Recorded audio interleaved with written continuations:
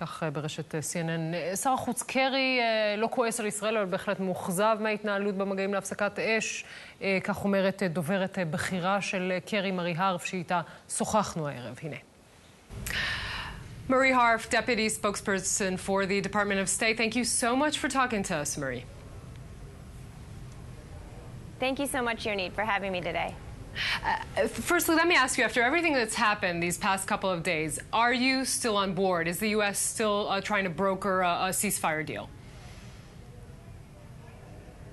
Absolutely. The Secretary remains deeply engaged with all of our partners, including the Israelis, to see if we can get in place a short-term, immediate ceasefire so we can have a little time and space to negotiate a longer humanitarian ceasefire, which would give us an opportunity to get some medical supplies, food into the areas of Gaza that have been affected.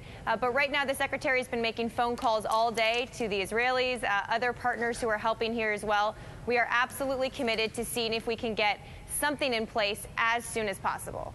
Now, President Obama called on both sides to reach an immediate and unconditional ceasefire. Israel is the one that agreed to 5 occasions of an humanitarian ceasefire, and it was Hamas rockets that violated those ceasefires. So it sounded, in translation to Israelis, like President Obama was reprimanding Israel instead of reprimanding Hamas.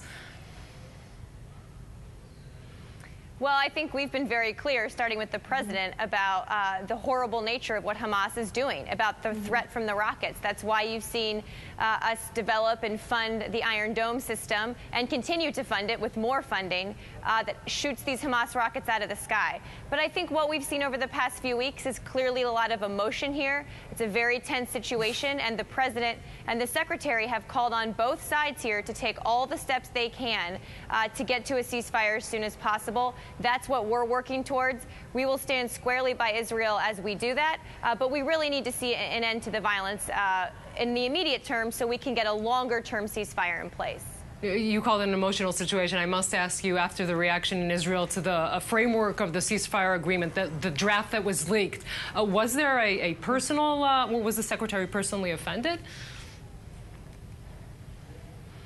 Well, I think the word I would use, Yonit, is disappointed. You know, everything that Secretary Kerry has done, from his efforts on Middle East peace to the efforts with the ceasefire, have been designed to protect Israel's security. That underpins everything he has put his heart and soul and so many hours into in this job. So I think we've all, quite frankly, been disappointed to see some of the rhetoric we've seen, also to see a draft set of ideas leaked to the press, which were not a formal proposal, and then those being taken grossly out of proportion. So I think it's been a disappointment, but what we're focused on is what happens next and getting But before we get into what happens next, I do have to ask you... That's what the Secretary is working to do.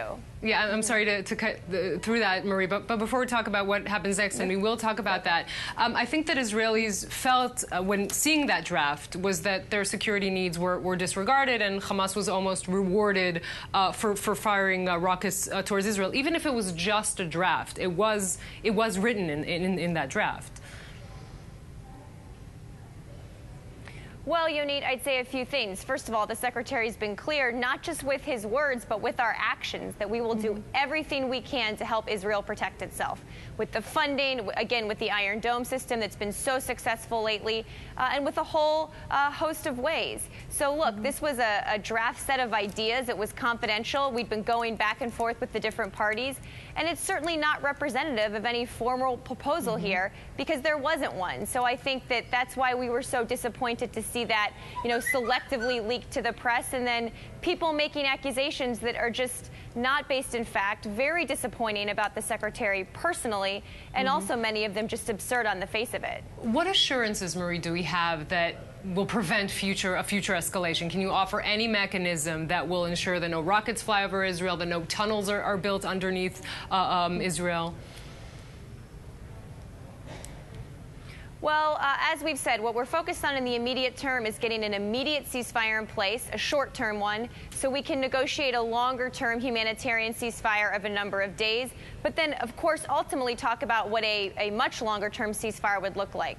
And I think one of the reasons you saw the Secretary so invested in the peace process was because long-term, of course, that's the best way to deal with many of these issues. So he's going to keep working on them. We will stand by Israel. We have said they have the right to defend themselves. We will keep helping them do so. When you say that he is disappointed, does that put any strain on the relationship, being as he is a true friend of Israel?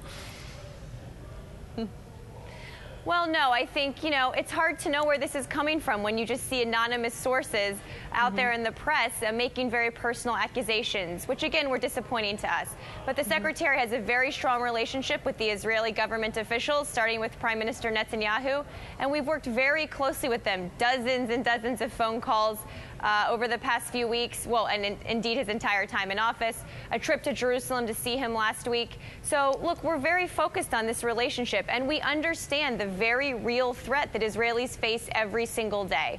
And that's why we're so committed to working together. That's what the secretary is focused on. Marie Harf, Deputy Spokesperson for the Department of State. We really appreciate you talking to us today, Marie. Thank you so much.